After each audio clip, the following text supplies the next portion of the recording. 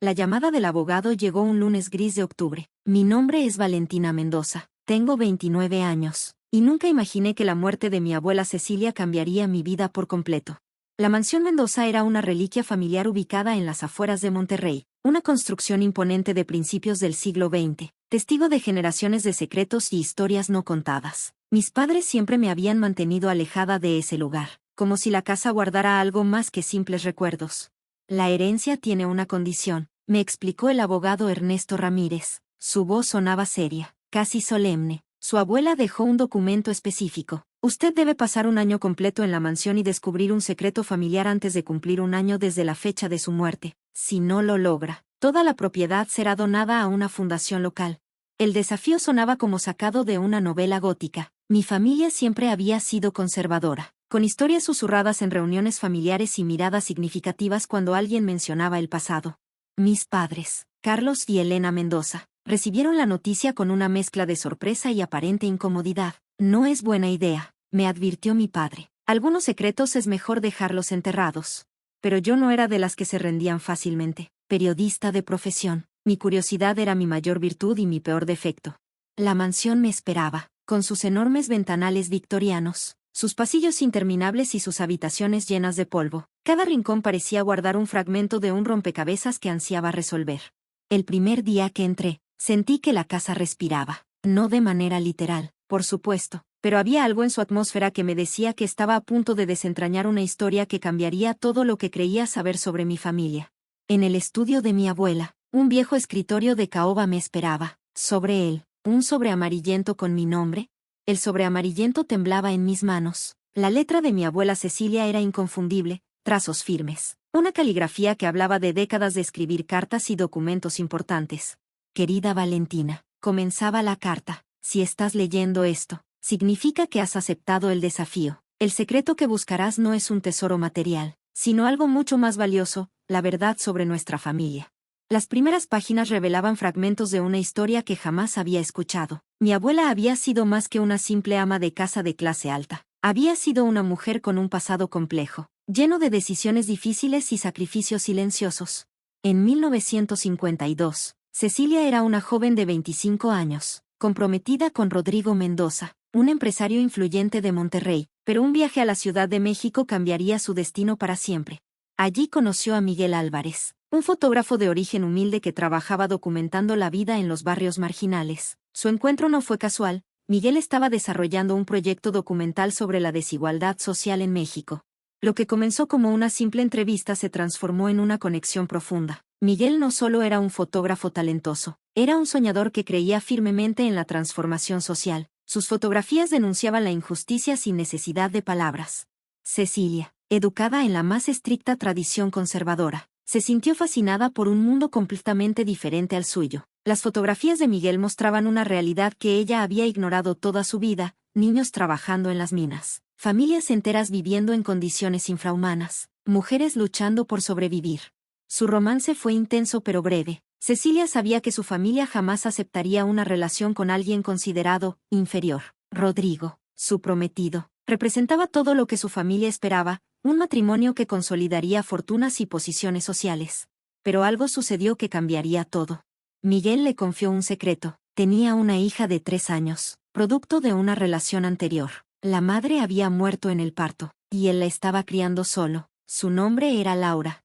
La carta de mi abuela revelaba un detalle que me dejó sin aliento: Laura no era solo la hija de Miguel, también era mi abuela biológica. El descubrimiento de mi verdadera historia familiar me dejó completamente aturdida. Laura, la hija de Miguel, había sido criada en secreto. Cecilia y Miguel habían tramado un plan extraordinario para protegerla. Cuando Rodrigo se enteró del embarazo de Cecilia con Miguel, la familia intentó ocultar el escándalo. Laura fue registrada oficialmente como hija de Cecilia y Rodrigo, aunque en realidad era hija biológica de Miguel. Mi madre biológica, Laura, creció sin saber la verdad. Fue educada como una Mendoza, con todos los privilegios de una familia adinerada. Miguel, aunque no podía reconocerla públicamente, la observaba desde las sombras, trabajando como fotógrafo para la familia y manteniendo contacto indirecto. Las fotografías que encontré en el ático revelaban una historia de amor y sacrificio. Miguel había documentado cada etapa de la vida de Laura, sin que ella lo supiera. álbumes completos, negativos cuidadosamente guardados, cartas nunca enviadas. Un documento en particular llamó mi atención, un testamento secreto de Miguel, fechado años antes de su muerte, donde revelaba toda la verdad. Había dejado instrucciones específicas para que algún día la familia conociera su historia. No busquen venganza, decía en una de las páginas, busquen entendimiento. El amor verdadero no conoce límites de clase o convención social. Contacté a mi madre, quien inicialmente se resistió a hablar, pero cuando le mostré los documentos, su resistencia se desmoronó. Las lágrimas revelaron décadas de secretos guardados. Tu abuela Cecilia, me contó, fue la mujer más valiente que he conocido. Arriesgó todo por proteger a Miguel y a mí. La historia tomó dimensiones inesperadas. Miguel no solo era un fotógrafo, era un activista social. Sus fotografías habían documentado momentos cruciales de la historia mexicana, revelando la injusticia social de mediados del siglo XX. Un archivo completo de sus trabajos estaba escondido en la mansión, negativos que documentaban la vida de los trabajadores, las luchas sindicales, la transformación social de México. Mi investigación periodística encontró algo más. Muchas de las fotografías de Miguel habían sido fundamentales para denunciar abusos laborales, inspirando cambios legales importantes. La mansión no era solo una herencia familiar, era un archivo histórico viviente. Decidí hacer algo extraordinario. Convertí la mansión en un museo dedicado al trabajo de Miguel, un espacio para preservar la memoria de un fotógrafo olvidado que había documentado la lucha social de México. Mi familia, dividida inicialmente, comenzó a sanar. Los secretos que nos habían separado ahora nos unían de una manera que nadie esperaba. El último documento de mi abuela Cecilia contenía una frase que resumía todo. La verdad siempre encuentra su camino. Nuestro trabajo es estar preparados para recibirla cuando llegue. Y así, un año después de comenzar mi búsqueda, había descubierto mucho más que un simple secreto familiar. Había encontrado una historia de amor, sacrificio y esperanza. La mansión Mendoza ya no era un lugar lleno de secretos. Era un testimonio de la capacidad humana para el amor y la transformación. La transformación de la mansión Mendoza en un museo fue un proceso complejo y emocionalmente intenso. Trabajé junto con historiadores, curadores y expertos en fotografía para crear un espacio que no solo preservara el legado de Miguel, sino que también contara la historia olvidada de tantos trabajadores mexicanos. La primera exposición fue un homenaje a Miguel Álvarez. Titulada Retratos de Resistencia, presentaba más de 200 fotografías que documentaban la lucha social desde los años 50 hasta los 70. Cada imagen era un testimonio silencioso de esperanza y resiliencia. Mi madre, Laura, participó activamente en el proyecto. Por primera vez, estaba dispuesta a confrontar su historia familiar. Descubrimos que Miguel había documentado momentos cruciales que los libros de historia habían olvidado: huelgas de trabajadores, movimientos campesinos, la transformación de las comunidades indígenas. Una de las fotografías más impactantes mostraba a un grupo de mineros en Pachuca, trabajando en condiciones infrahumanas. Miguel no solo los fotografiaba, había trabajado con organizaciones sindicales para denunciar sus condiciones laborales.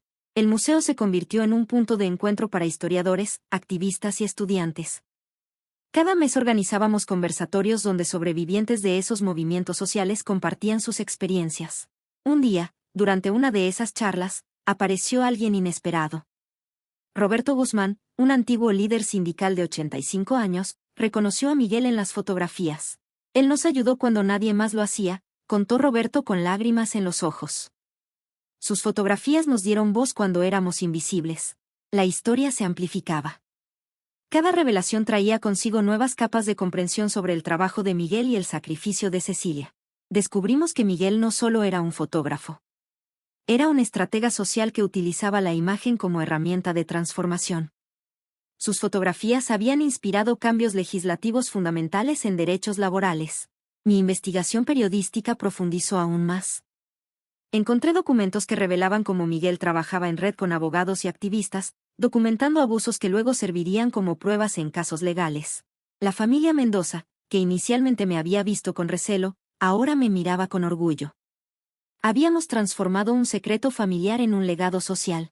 El gobierno federal reconoció finalmente el trabajo de Miguel.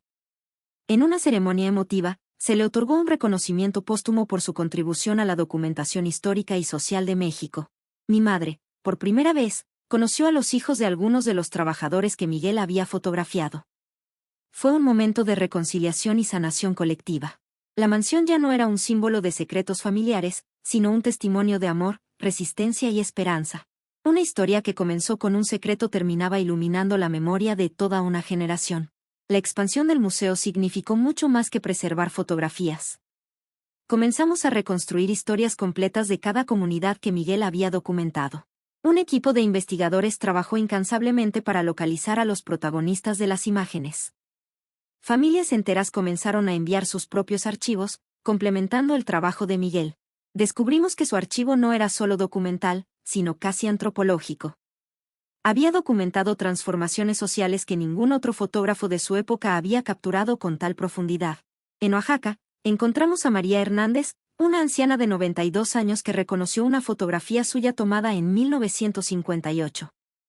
La imagen mostraba a un grupo de mujeres indígenas luchando por sus derechos territoriales.